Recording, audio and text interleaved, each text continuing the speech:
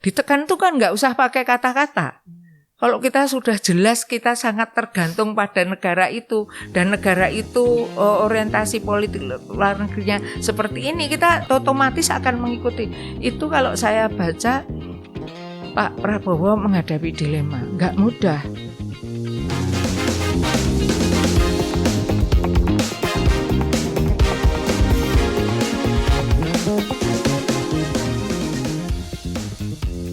Selamat bergabung di podcast Hubungan Internasional.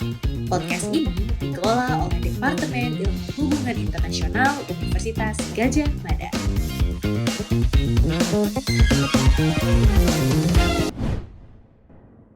Hai friends, jumpa lagi di podcast Hubungan Internasional. Saya Rama, menjadi host di episode kali ini. Bersama saya sudah hadir Profesor Dr. Siti Mutia Setiawati atau yang kita akrab panggil dengan Bu Titi. Halo Bu Titi. Ya, halo Mas Rama, senang berjumpa lagi. Bagaimana kabarnya hari ini? Alhamdulillah baik. Selamat Ibu telah dikukuhkan sebagai guru besar di bidang geopolitik Timur Tengah. Nah, mungkin kita sudah sering mengenal bahwa Bu Titi adalah sosok dosen, seorang akademisi. Tetapi mboten banyak ini Bu, tidak banyak dari masyarakat dan juga akademisi HI yang melihat bahwa Bu Titi adalah sebagai mahasiswa.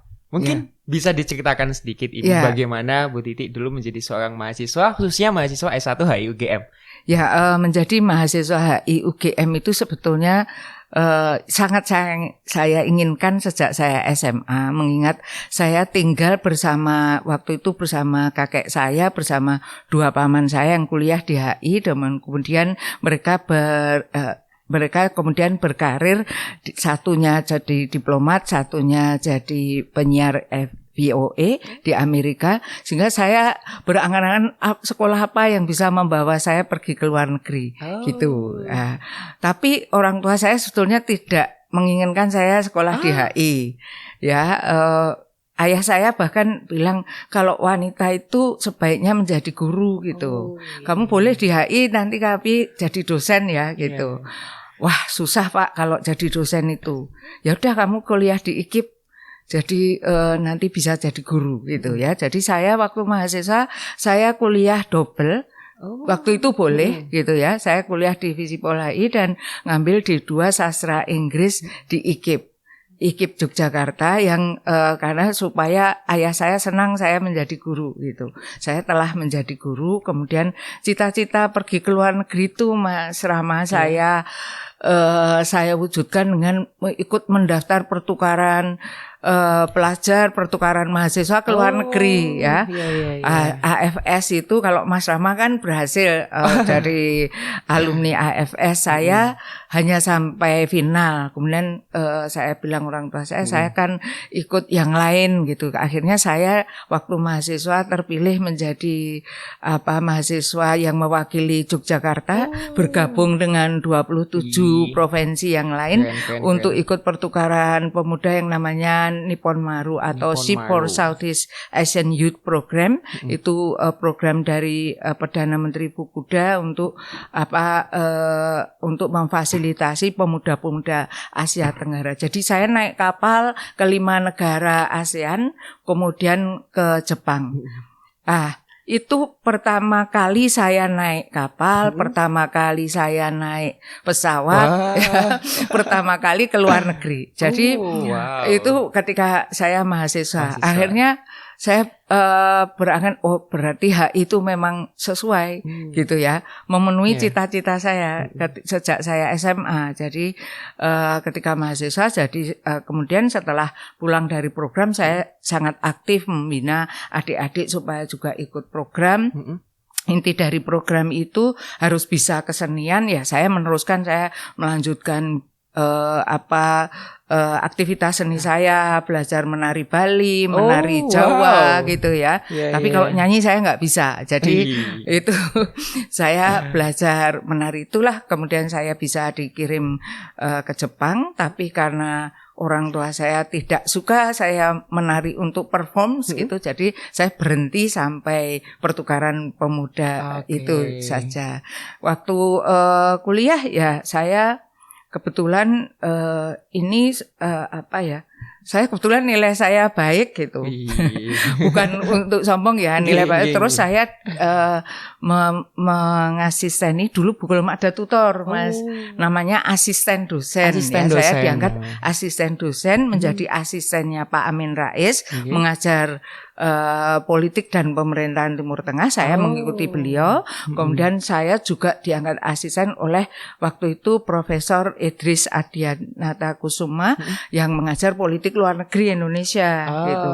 Jadi kok sampai menjadi dosen ya saya mengajar mata kuliah yang utama saya 2 mata kuliah itu memang saya rintis sejak saya mahasiswa gitu Mas Rama. Jadi langsung lanjut berkesinambungan gitu untuk topiknya. Kalau mengapa memilih Timur Tengah memang pengaruh Profesor Amin Rais sangat kuat ya.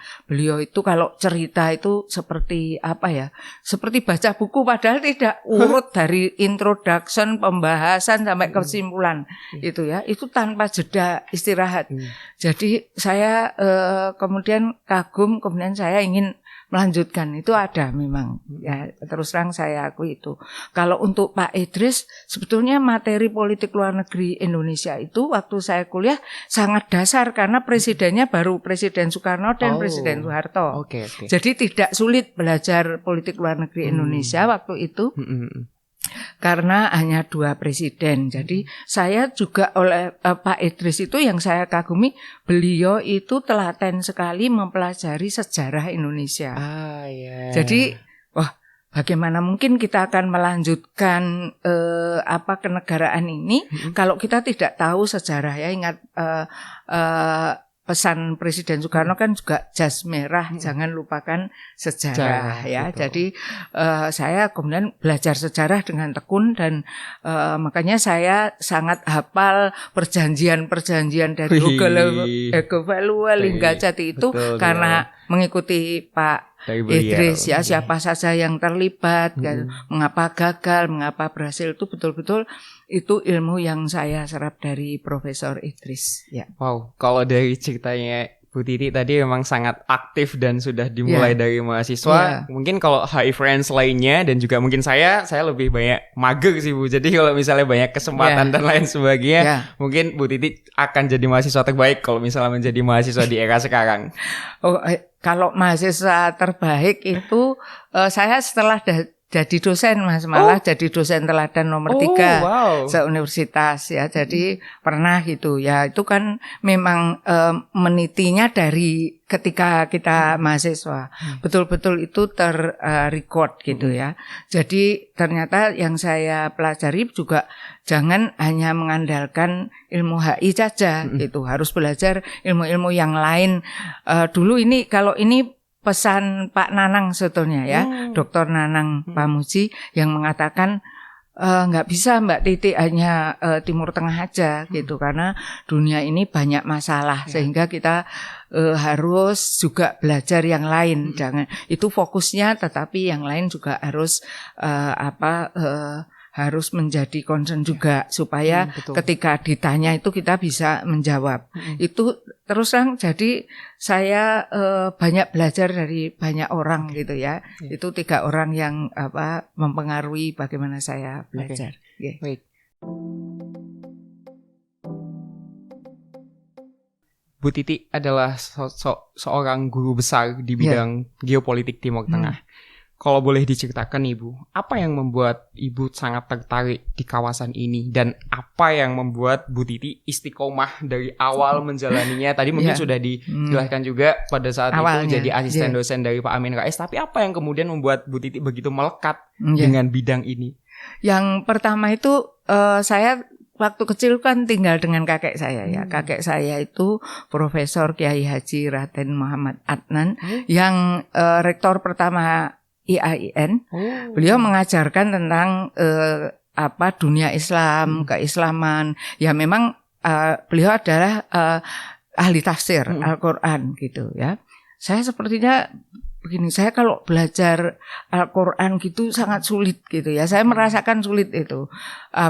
Saya akan belajar dari sisi lain tentang Islam, yaitu asal muasalnya Islam itu kan 3 agama besar di dunia ini, Yahudi, Nasrani dan Islam itu kan berasal dari Timur Tengah.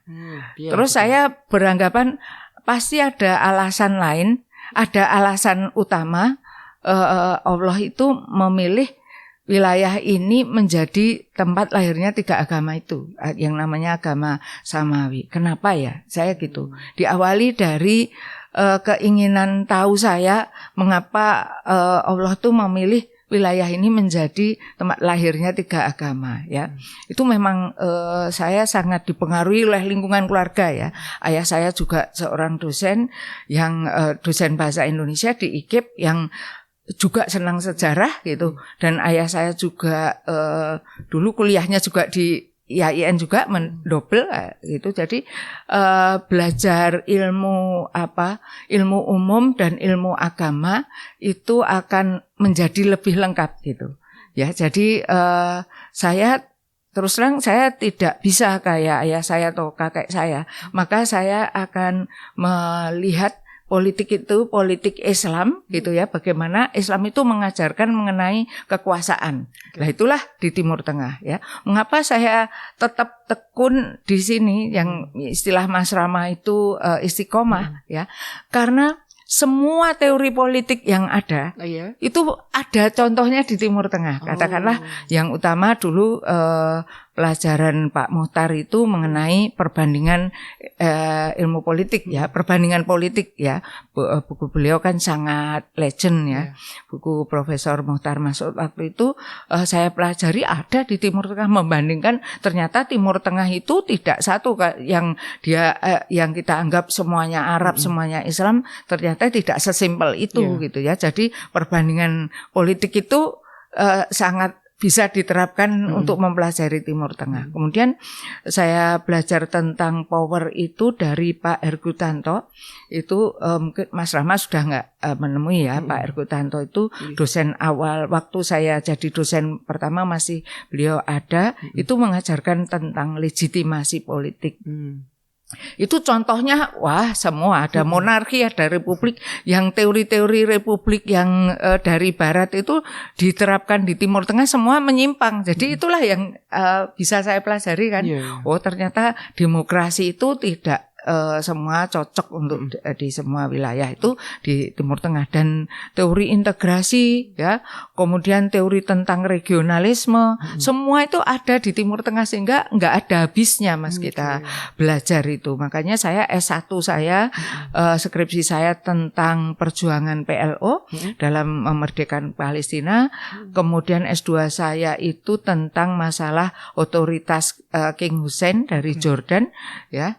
Kemudian S3 saya tentang Libanon ya, tentang mekanisme konsosiasional di Libanon, hubungan antara yang Kristen dan Muslim. Jadi kan di dunia ini banyak konflik karena agama ya. Contohnya ada juga di Timur Tengah. Tidak hanya antara Kristen dan Muslim atau Islam dan Yahudi, tapi sesama Islam maupun sesama Kristen itu terjadi gitu ya di Timur Tengah. Sehingga nggak ada habisnya mempelajari wilayah ini. Oleh karena itu kalau ada S4 aja mungkin saya akan ambil S4 gitu tentang Timur Tengah. Yang sekarang ini kan genosida di Gaza itu kan juga fenomenal sekali gitu ya. Jadi itu harus dipelajari mengapa kok bisa terjadi sedemikian hebatnya itu ya. Jadi Timur Tengah itu nggak ada habisnya gitu. Ya.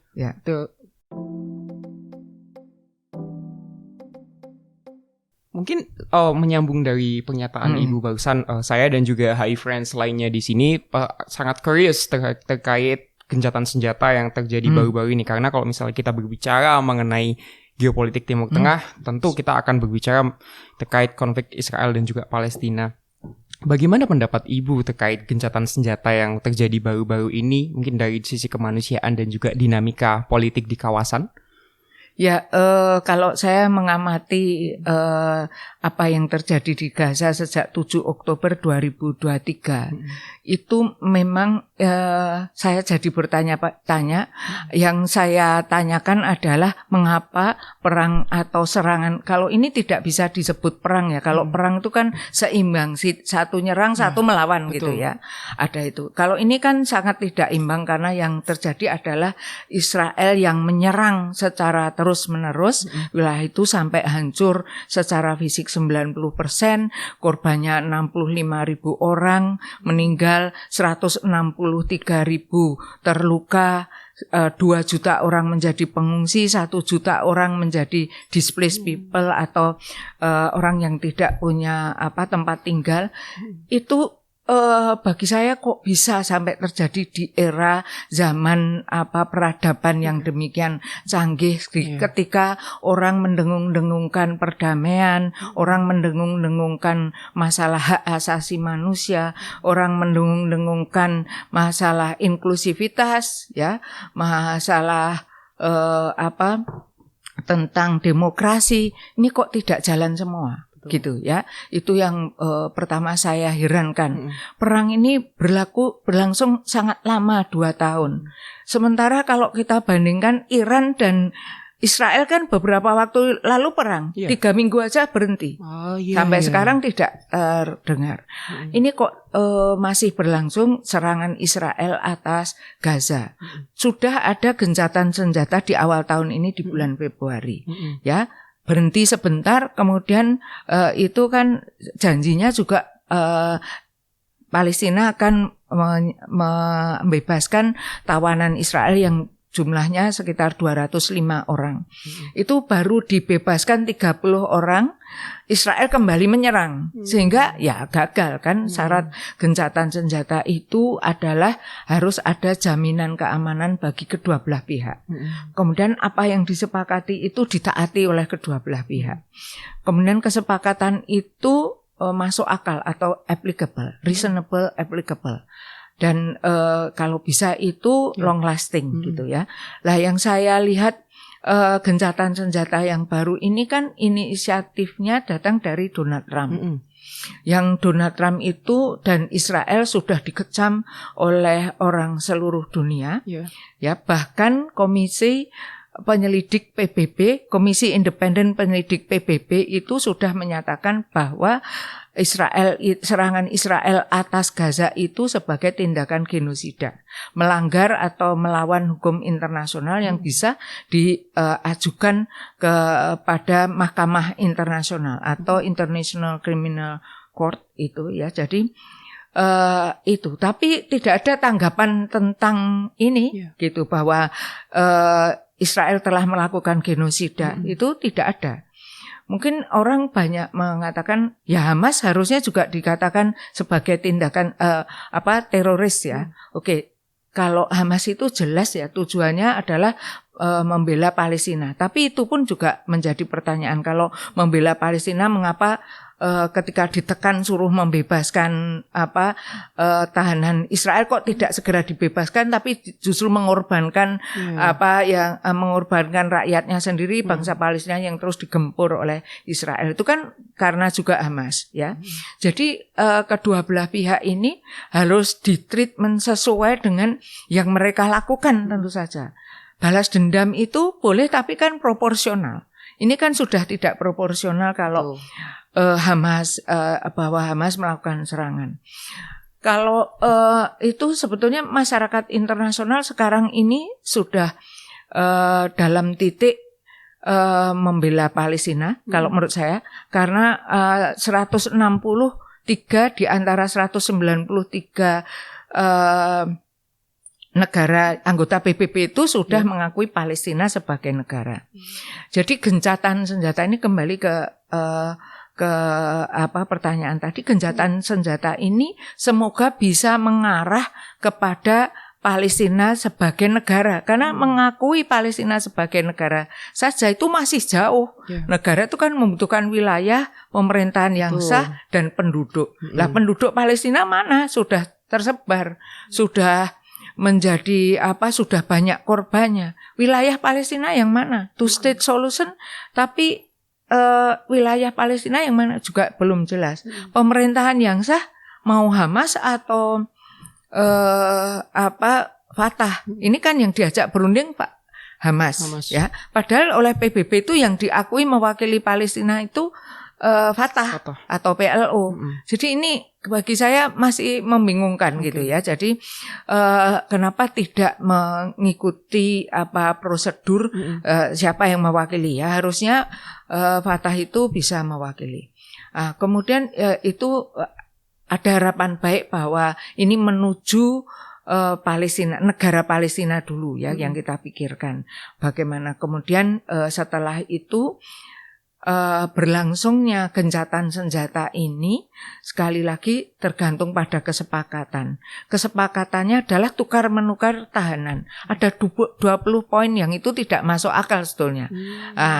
Yang paling dibahas itu adalah tukar menukar tawanan. Ternyata sekarang ini yang ditahan oleh Palestina, orang Yahudi yang ditahan Palestina itu kurang lebih 50 orang. Sementara yang orang Palestina yang ditawan oleh Israel itu 200 lebih. Jadi kan lebih banyak orang Palestina yang ditahan Israel daripada orang Yahudi yang ditahan Palestina. Itu berita terakhir ya. Saya mengikutinya dari Al Jazeera. Kalau demikian berarti yang berhak menuntut kan yang Palestina. Tapi kalau kedua belah pihak itu mentaati, artinya ada tukar menukar tawanan dan akhirnya clear, tidak ada lagi yang ditawan oleh Israel maupun yang ditahan oleh Hamas, bisa next step adalah mewujudkan negara Palestina merdeka. Gitu ya, yang itu wilayahnya mana, penduduknya bagaimana, wilayah itu termasuk rekonstruksi Gaza, ya. Kemudian pemerintahan yang sah itu harus ada rekonsiliasi antara Hamas dengan Fatah, itu next step-nya. Gitu. Jadi masih panjang ya Bu sebetulnya. Iya, sebetulnya masih sangat panjang gitu. Tapi ya sebagai untuk mewujudkan yang besar memang harus diawali dari yang kecil. Ya. Semoga ini kedua belah pihak mentaati gitu. Ya. Dalam pidato pengukuhan Guru Besar Bu Titi juga meng-highlight poin tadi bagaimana kemudian pendudukan paksa dan genosida yang terjadi di Palestina. Nah, jika kita melihat rezim pemerintah Indonesia yang sekarang Ibu melihat bagaimana terjadi perubahan dan juga terjadi pergantian aktor besar yang terjadi di politik internasional, bagaimana Ibu melihat sikap pemerintah Indonesia terkait Palestina sekarang? Apakah nilai-nilai solidaritas yang dipegang dari dulu itu tetap ada ataukah justru semakin kesini semakin bergeser Ibu? Bagaimana menurut Ibu? Ya, kalau saya amati ya sikap pemerintah Indonesia ya terhadap perjuangan Palestina untuk merdeka itu konsisten. Ya mungkin ada orang yang tidak setuju, tapi saya berpendapat konsisten karena sejak Presiden Soekarno, Presiden Soeharto, ya kemudian Habibie saya tidak mencatat apapun. Kemudian Gus Dur itu saya mencatat agak sedikit bergeser. Megawati seperti ayahnya tetap mendukung perjuangan Palestina. Pak SBY itu misalnya menunjukkan dukungan terhadap perjuangan Palestina. First visit dia ketika jadi presiden itu yang dikunjunginya adalah Mesir untuk mendatangi pemakaman Yasser Arafat.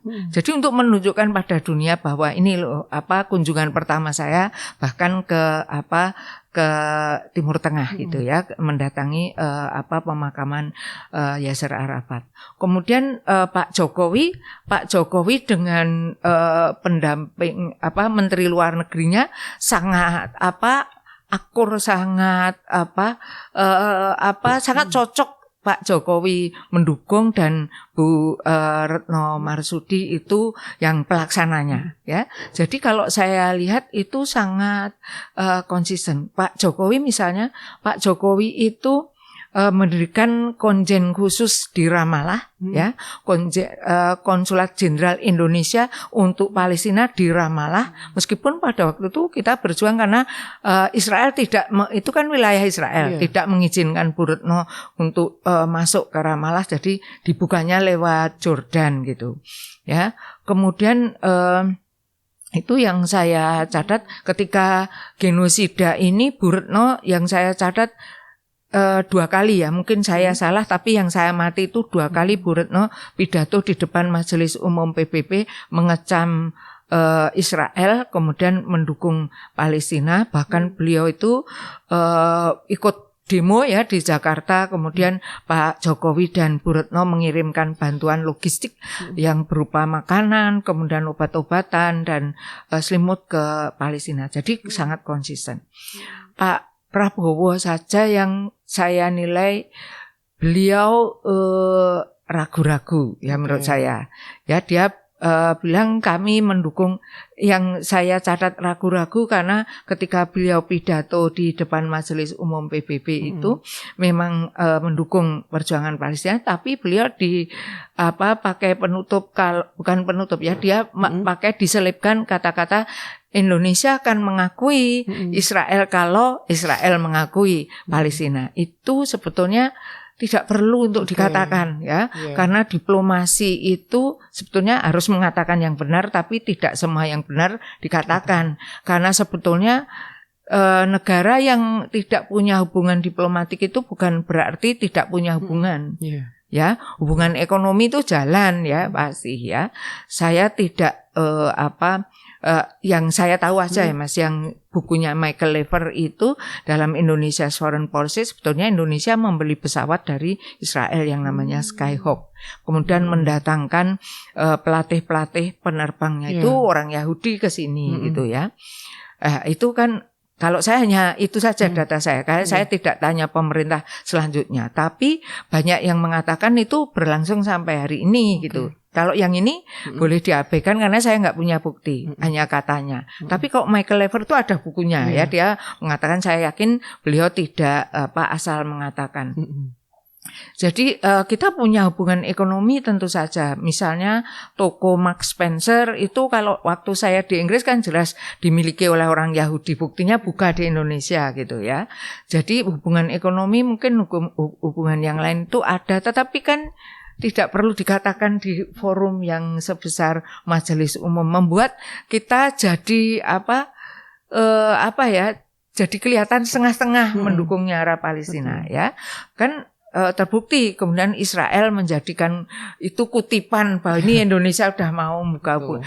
Diambil aja yang Indonesia mau membuka hubungan diplomatik dengan Israel, yang komanya itu tidak diikutkan ya, namanya politik dipotong. Dan figur Pak Prabowo muncul di banyak baliho di Tel Aviv. Ya saya hanya dengar berita loh, itu juga tidak menyaksikan. Ini kan kemudian negara-negara Arab juga mempertanyakan bagaimana ini Indonesia apakah akan berubah gitu ya.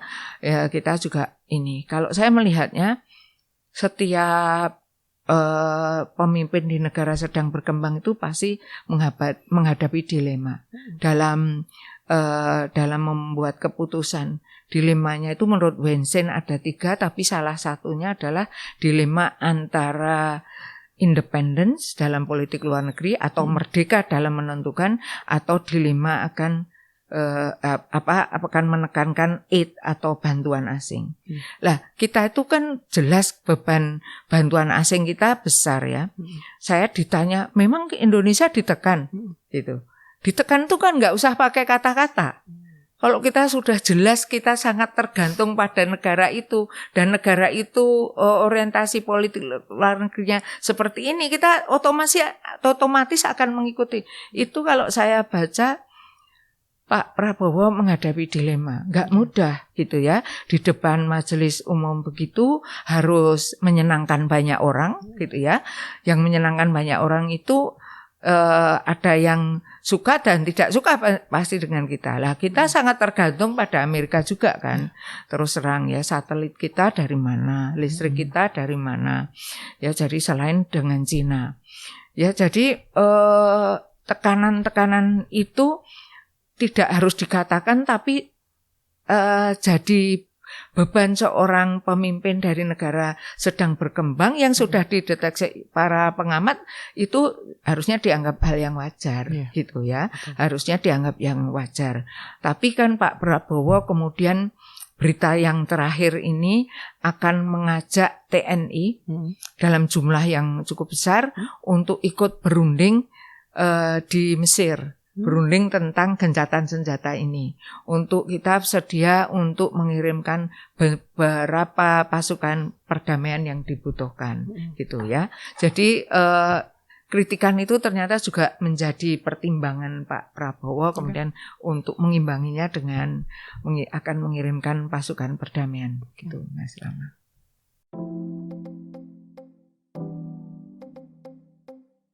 Terima kasih sekali Bu Titi atas penjelasan yang sangat analitis dan juga elaboratif terkait bidang kawasan geopolitik di Timur Tengah. Nah, mungkin kita bisa kembali kepada pernyataan awal Ibu yang ayahanda menginginkan Ibu menjadi seorang guru. Yeah. Sementara kita tahu bahwa guru itu kan digugu dan ditiru. Nah, mungkin apa Bu Titi pesan yang bisa disampaikan kepada saya, kepada HI Friends semuanya, kepada mahasiswa, kepada dosen muda, kepada peneliti-peneliti muda dan segenap keluarga besar hubungan internasional khususnya di UGM maupun juga yang ada di Indonesia.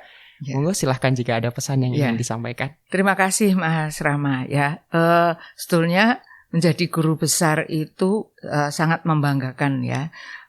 Juga dalam lingkungan keluarga saya meskipun ada beberapa yang sudah jadi guru besar tapi tidak banyak ya, tidak banyak juga. Jadi guru besar itu memang itu pesan Pak Mokhtar ya, guru besar itu harus bisa dijadikan guru oleh guru-guru yang lain gitu ya. Tapi sebetulnya begini, guru besar itu memang penting bagi karena ini jabatan tertinggi seorang dosen ya. Semua dosen harus bercita-cita untuk menjadi guru besar. Karena kalau tidak jadikan cita-cita ya mana mungkin terwujud ya. Jadi harus menjadi cita-cita seorang menjadi guru besar. Tetapi sebetulnya guru besar itu bukan segalanya ya.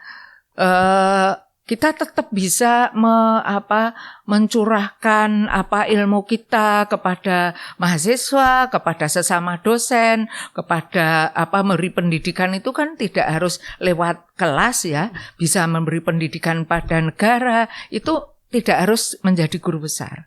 Jadi untuk teman-teman saya yang mungkin tidak bisa mencapai guru besar itu tidak perlu kecil hati karena karena kita itu bisa banyak melakukan banyak hal. Menjadi dosen itu waktu kita itu memang bisa untuk belajar gitu ya, belajar banyak. Dan kalau pesan Pak Ahmad Dahlan kan semua orang tuh akan mati kecuali yang berilmu, Mas. Ya, semua yang berilmu itu akan bingung karena kecuali yang ikhlas gitu ya. Jadi berilmu kemudian mengamalkan, kemudian ikhlas ya. Jadi itu harus ada di dalam seorang dosen sebetulnya ya. Jangan hanya ilmu saja tapi kemudian mengamalkan, kemudian amal itu dengan ikhlas. Jadi kita memang jadi dosen itu tidak mengharapkan materi yang berlebih gitu ya. Tapi saya yakin kepuasan batin yang luar biasa. Itu yang pertama. Kemudian bisa dijadikan guru memang kalau kelebihan guru besar itu harusnya guru besar itu bisa membuat karya yang legend, yang besar, yang bisa diingat. Lah itu saya baru termangu, istilah judul lagu itu termangu. Mas, ya. Mangu-mangu apa ya kira-kira. Saya sedang menyiapkan buku tentang politik luar negeri dan buku tentang geopolitik Timur Tengah. 2 buku saya sudah terbit ya sebetulnya, tapi itu biasa-biasa saja tentang masalah perbatasan dalam politik luar negeri kita, politik luar negeri Indonesia dan mekanisme konstitusional di Lebanon. Lah ini kemudian pesan saya itu ya menjadi guru harus digugu dan ditiru itu dari yang perilaku kita. Ya perilaku akademik ya harus ada yang tertulis ditinggalkan. Kalau kita mungkin bicara banyak di seminar, kalau kita tidak ada tulisan tidak akan dikenang. Ya, jadi dulu itu pesan Pak Amal, Pak Profesor Ikhlasul Amal. Jadi guru besar itu harus punya buku yang menjadi panutan, gitu ya. Tapi Pak Amal itu koma.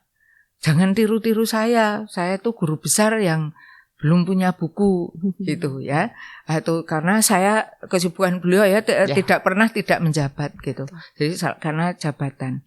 Kemudian kalau untuk mahasiswa yang saya perhatikan selama 40 tahun saya mengajar, mahasiswa itu kalau saya tanya planningmu 5 tahun ke depan apa ya Bu gitu, pasti tak itu. Jadi saya memesankan pada mahasiswa itu plan your work and work out your plan. Itu yang saya pesan. Anda tuh masuk kuliah pertama harus planning. Tahun pertama saya mau apa, tahun kedua saya harus kompetensi saya apa, tahun ketiga lulus tahun berapa itu. Because if you fail to plan, you are planning to fail gitu ya. Ya jadi itu saja nasihat. Karena semua itu yang kita laksanakan hari ini harus bagian dari yang kita rencanakan. Yang kita rencanakan harus kita lakukan, jangan dibalik-balik. Oke, siap. Wah, closing statement yang sangat kuat sekali, Bu Titi. Terima kasih banyak Ibu atas sama-sama, waktunya. Mas Rama dan tim semua. Sebagai sebuah kebahagiaan bagi saya bisa menemani Ibu berdiskusi pada pagi hari ini. Dan sekali lagi selamat Ibu atas pelantikan guru besar di bidang politik geopolitik Timur Tengah. Hai friends, itu tadi obrolan kita dengan Profesor Dr. Siti Mutia Setiawati MA, guru besar di bidang geopolitik di Timur Tengah. Semoga Hai friends bisa terinspirasi. Sehat selalu, sampai jumpa di episode selanjutnya. Sampai jumpa. Terima kasih Mas Rama.